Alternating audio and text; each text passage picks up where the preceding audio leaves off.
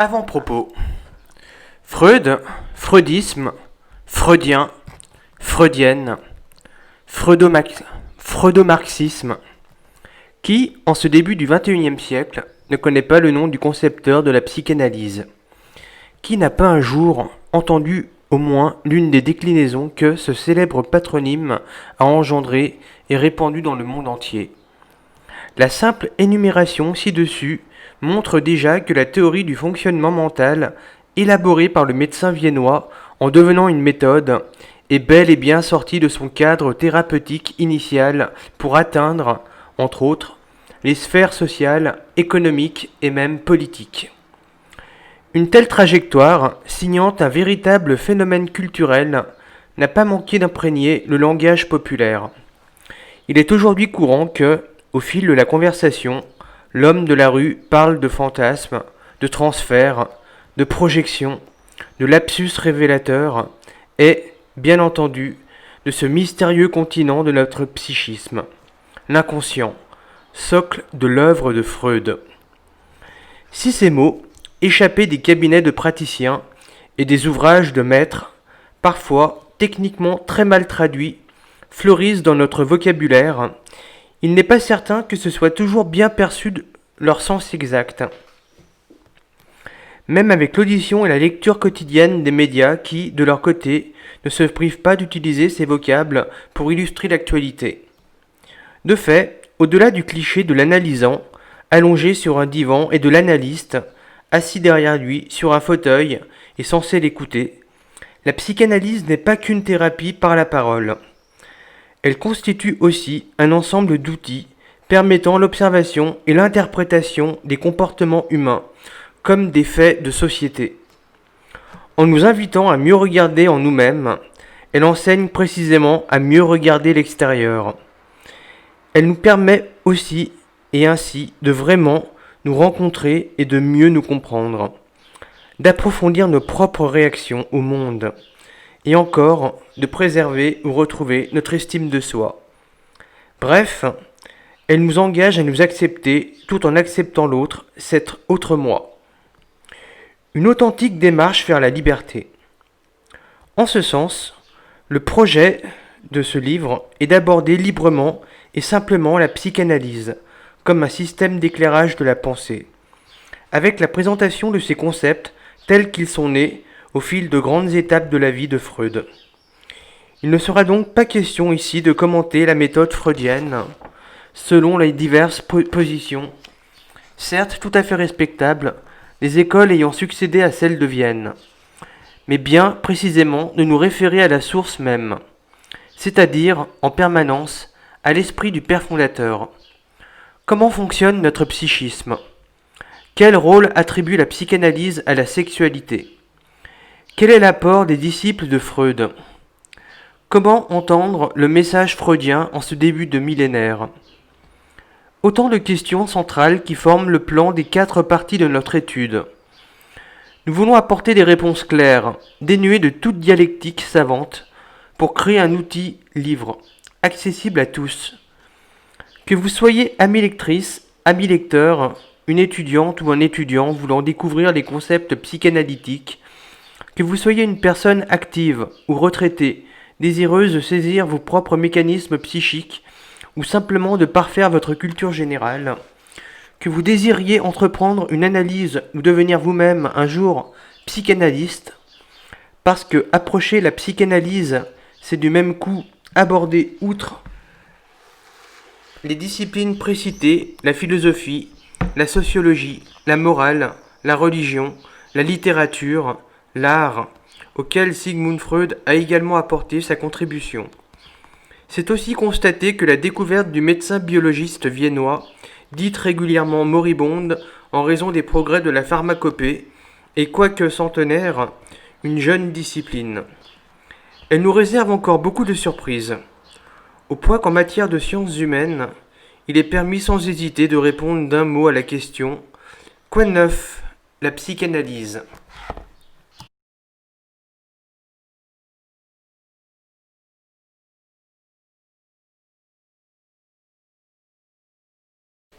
Sigismund le rebelle. La vie de famille. Le petit garçon met toute l'énergie de ses 2 ans pour tirer l'escabeau de chêne près du buffet de la cuisine. Habitué de la manœuvre, il sait qu'elle est délicate. Il grimpe avec application les 4 marches en évitant de regarder le sol. Perché enfin sur son promontoire, il savoure un instant le plaisir vertigineux d'être à hauteur d'homme. Puis, il tend le bras vers le haut du buffet. Sa main droite tâte le bois et se referme sur la boîte de bonbons que ses parents croient bien cachée, derrière la corniche. Tout à coup, l'un de ses pieds glisse. L'escabeau dérape, bascule et entraîne l'enfant dans une lourde chute. Le bruit fracassant fait surgir une maman affolée qui découvre son fils étendu, coincé sous l'escabeau, au milieu des bonbons éparpillés, le visage en larmes et en sang. La longue entaille, provoquée à la mandibule du bambin par un angle de l'échelle, mettra quelque temps à se refermer. Elle laissera une cicatrice définitive, qu'il s'appliquera à camoufler dès les premiers poils apparus d'une barbe, de ce fait conservée à vie. 65 ans après cet accident, une cruelle maladie viendra le frapper de nouveau à la mâchoire. D'aucuns ne manqueront pas d'y voir un signe du destin. Nous sommes en 1858, à Freiberg, en Moravie, empire austro-hongrois, devenu aujourd'hui la Tchécoslovaquie. Ce petit garçon turbulent s'appelle Sigismund Freud. Au vrai, il aurait dû se prénommer Shlomo, selon le vœu paternel. Mais Sigismund a été préféré par la famille jusqu'au moment où, devenu étudiant, il choisira lui-même le prénom de Sigmund pour se distinguer d'un homonyme voisin. Avant ce choix, ses parents l'appellent gentiment Sigi, diminutif qui l'exaspère. Son père, Jacob Freud, un modeste juif négociant en textile de 41 ans, 2 fois veuf, épouse en 1855 Amalia Nathanson, une jeune femme de 20 ans plus jeune, à la fois belle et autoritaire. Le 6 mai 1856, elle accouche de Sigismund, lequel, selon la tradition juive, est circoncis une semaine plus tard. En 1860, après un bref passage à Leipzig, la famille Jacob Freud s'installe à Vienne, ville en pleine expansion économique et, semble-t-il, plus favorable aux Juifs, contrairement à Freiberg où la communauté y est souvent brimée. C'est dans la capitale de l'Empire qu'Amalia offrira 2 frères et 5 sœurs à Sigmund. En plus d'Emmanuel et Philippe, enfants que Jacob avait eus avec sa première épouse, celui-ci, déjà grand-père, se trouve successivement père de Julius, Anna, Rosa, Marie, Adolphine, Paula et Alexander. Une suite de naissances qui contraint la famille, devenue très nombreuse, à plusieurs déménagements. Sigmund est donc l'aîné de la fratrie, et aussi, il faut bien le dire, le chouchou de sa maman. Quand a lieu l'installation dans la petite maison sise au numéro 1 de la Pfeffergasse. C'est la nuit qu'une nuit de 1862 se produit un autre événement qui va marquer Sigmund.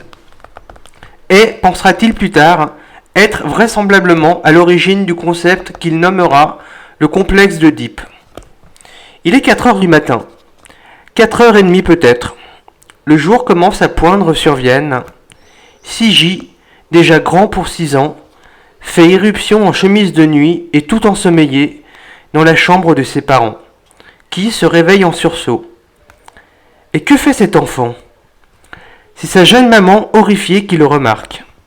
D'habitude, si directive et prompte à réagir, elle s'exclame sidérée devant ce spectacle. « Mon Dieu, mais c'est incroyable ! Il fait pipi au pied du lit, devant nous.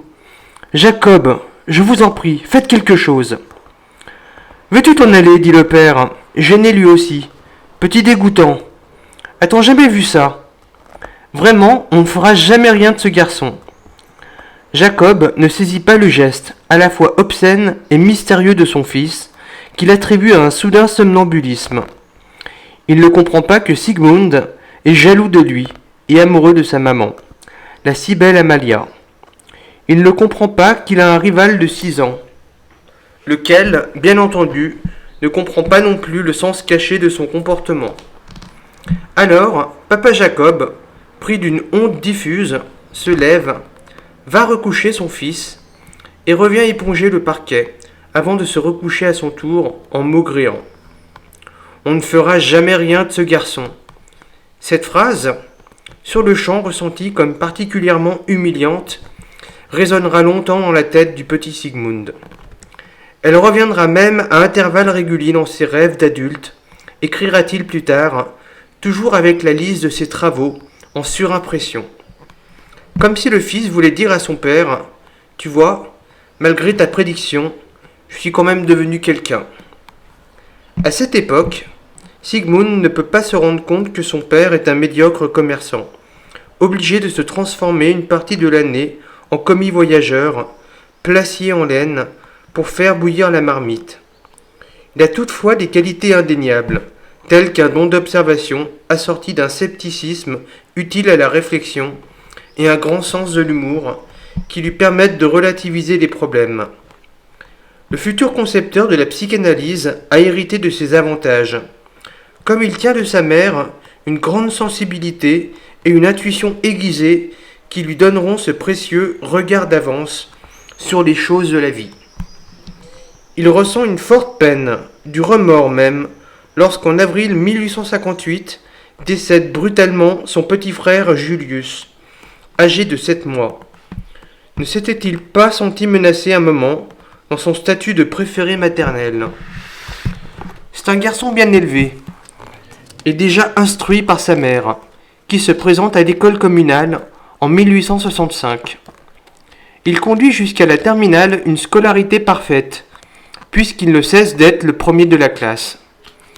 Sans être un homme d'affaires de talent, Jacob Freund n'en est pas moins un négociant courageux.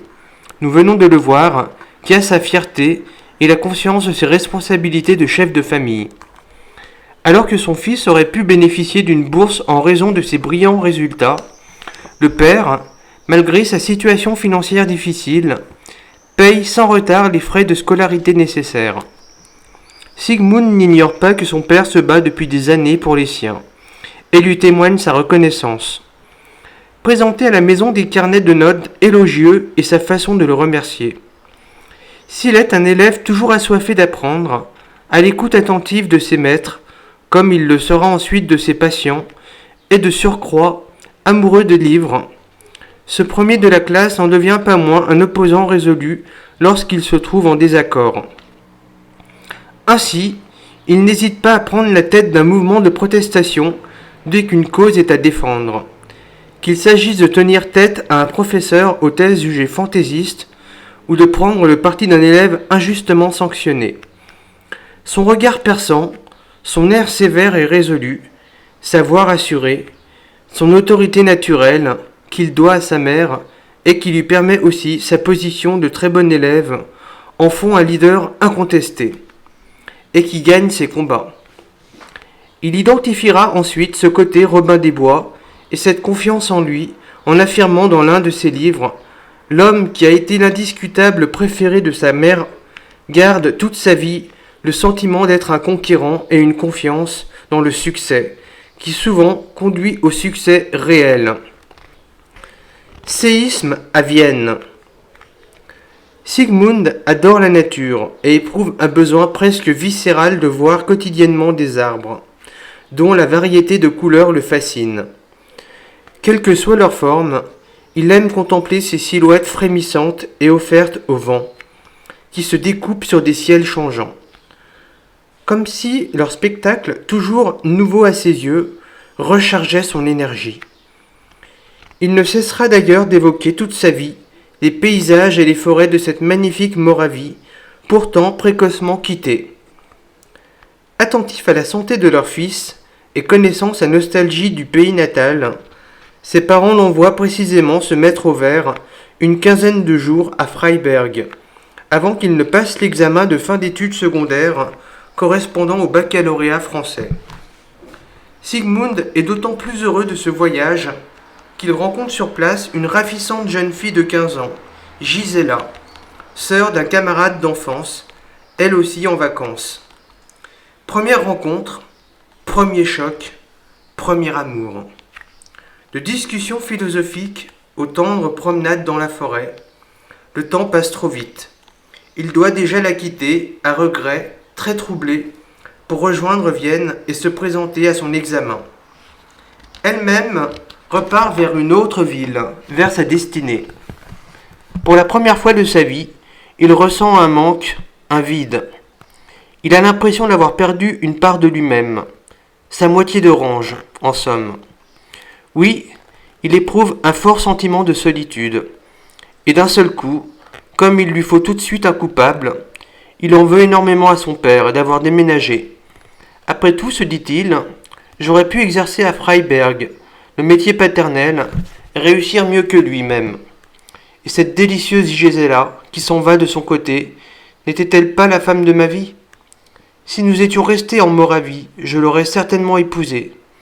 Oui, il est triste et aussi très en colère. L'épreuve du bac est, si l'on peut dire, un jeu d'enfant pour Sigmund qui, à 17 ans, avec une année d'avance, obtient son diplôme assorti de la mention très bien.